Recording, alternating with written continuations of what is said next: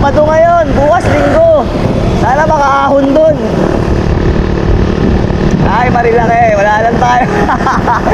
Wala lang tayong panggas. Gamit natin sa pag-change owner ng motor, pagpaparehistro, paglalakad na requirements, putik. Ganda lang kalsada natin ngayon ha, maluwag ha. Ganda-ganda na yung handling ng motor natin. Pwede nang bitaw-bitawan. Mga nakaraan may kabig eh. Ayun o, pwede nang bitawan o. Kita ba? Ayun o, pakita ko sa inyo. O, di ba? Pwede nang bitawan. Nakaraan ano eh, papaling sa kaliwa o either kanan, tas tabingi yung puwet. So inunti-unti ko lang ayusin. Ngayon okay na siya, pati yung shock natin wala nang lagutok. Sarap na nito iakit sa Marilaki bukas. Ang sarap nung araw. Pasensya na muna kayo sa boses ko ha. Ewan ko ba rito, palyado. Sige. Ingat. Ganda lang ganung vibes eh, no? Kung laging ganun yung mga tao. Thank you. May response din siya sa ginawa mong ano eh, simpleng kalokohan. Kaya ganun, no? Ang sarap magpakabait, pero minsan talaga mangungulit tayo eh. Sarap na nyo, pwede nang bitaw-bitawan yung manubelo. Tingnan nyo. O, diba? Alis! Medyo masikip pa siya konti, pero pwede na to. Kasi pag lumapat to sa ilalim, bago lang kasi yung bearing niya eh. So mas luluwag pa to konti. Sakto lang to. Inuuto ko lang yung sarili ko eh, pero talagang matigas pa siya. Ay, baldog na natin sa hams. Mga nakaraan, pag gumaandar ako dyan, ano eh, tog, gumagano ngayon. Ano ba po? Natanggal yung tali.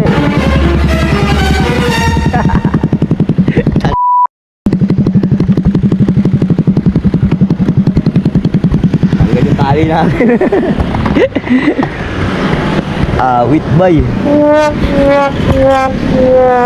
Game over.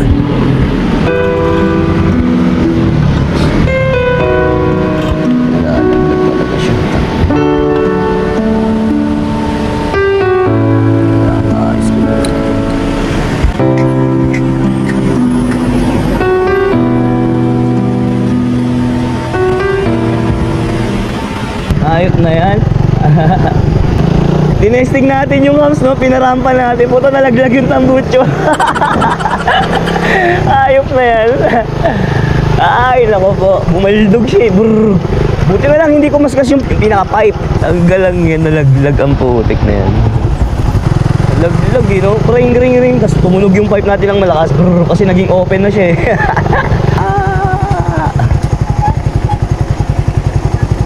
Doon tayo sa kabila. Ay. Sarap pa rin nung araw. Okay, may mga baon tayo.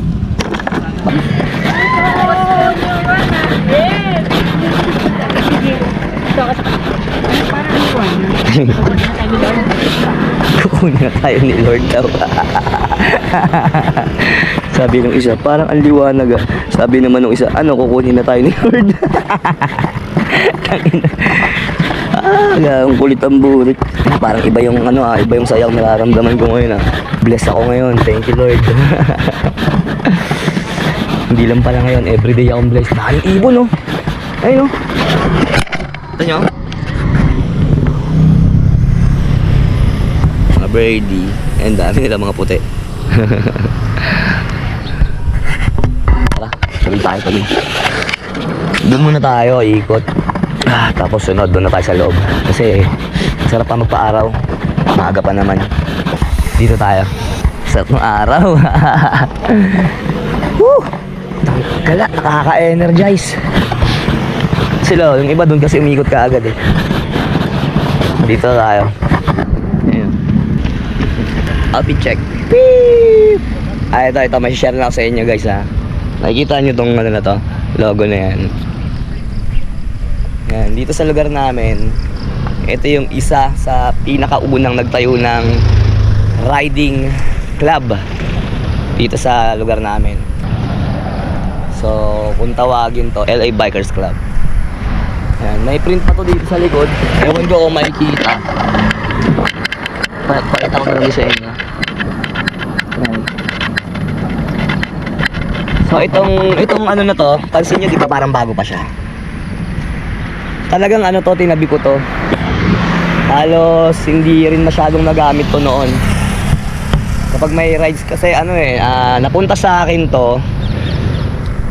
Kung di ako nagkakamali, 2007. Kasi natayo yung club namin na yon, yung LA Bikers Club. 2006. Yan.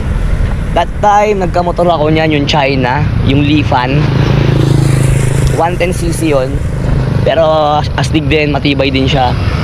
So nagamit ko yung motor na yun hanggang 2012. Tapos binenta ko na. Kasi ewan ko, biglang nawalan na ako ng gana magmotor that time. So ang ganda ng motor din na yun. Parang ano yun siya, naka monoshock din siya. So yun yung kwento ng motor na yun. At kwento pala nitong ano na to, sweatshirt na to. Galing nga no, 2007 pa siya. Tapos hanggang ngayon mukha siyang bago. Na-preserve dun sa lagayan ko sa cabinet. Solid. Sarap sa pakiramdam ng araw. Balik kahapon, nandito ako. Sige na muna, tuloy ko muna to. Nalobat yung GoPro natin. Iniwan ko sa motor, chinarge ko muna. Buti may dala tayong power bank. Stretching lang ako ng konti, tapos dito na ako iikot.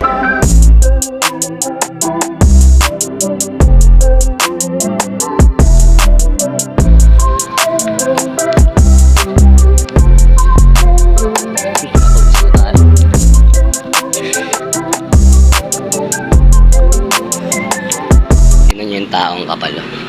Zoom natin. Sobrang zoom naman na ata.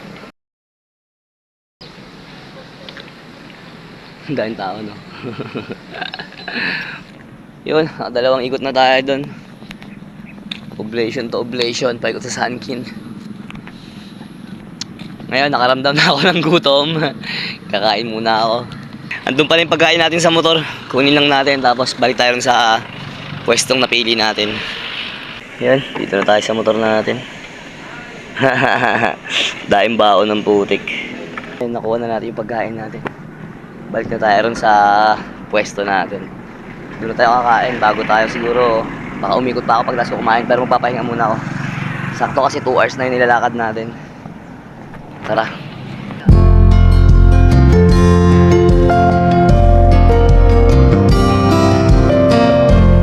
Dalawang itlog, dalawang dalandan, isang saging.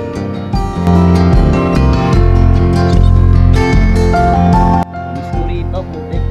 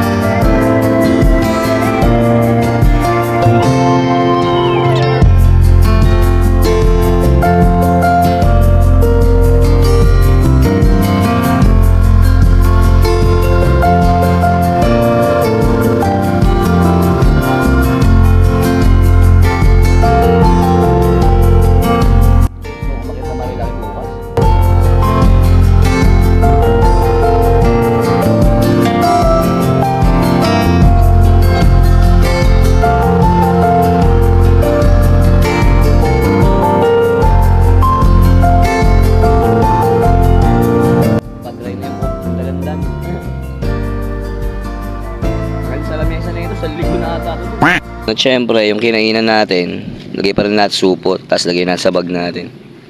Kasi malinis tong lugar na to eh. Huwag natin babuyin.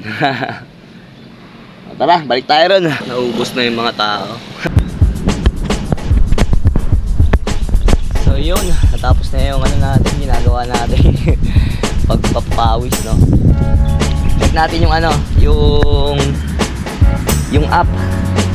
Kung nakailang step pa tayo. Tingnan natin kung ilang step yung 3 rounds lang nagawa ako, pero meron din kasi ako mga ikot pa dito kanina. Hindi ko na click yung app. So ayan, ito ang lumabas na lakad natin ngayon. Ayan, nagbibilang pa nga siya. 10,792 na. So naka 10,700 tayo, no? Sulit na rin, 3 rounds plus yun dito, mga ilang ikot din yun, 2, 4, mga ganun. So yun, baka dito ko natapusin tong video natin na to. At lagi nyo nang tandaan, always fit and healthy. Mabuhay kayo hanggat gusto nyo. Babush!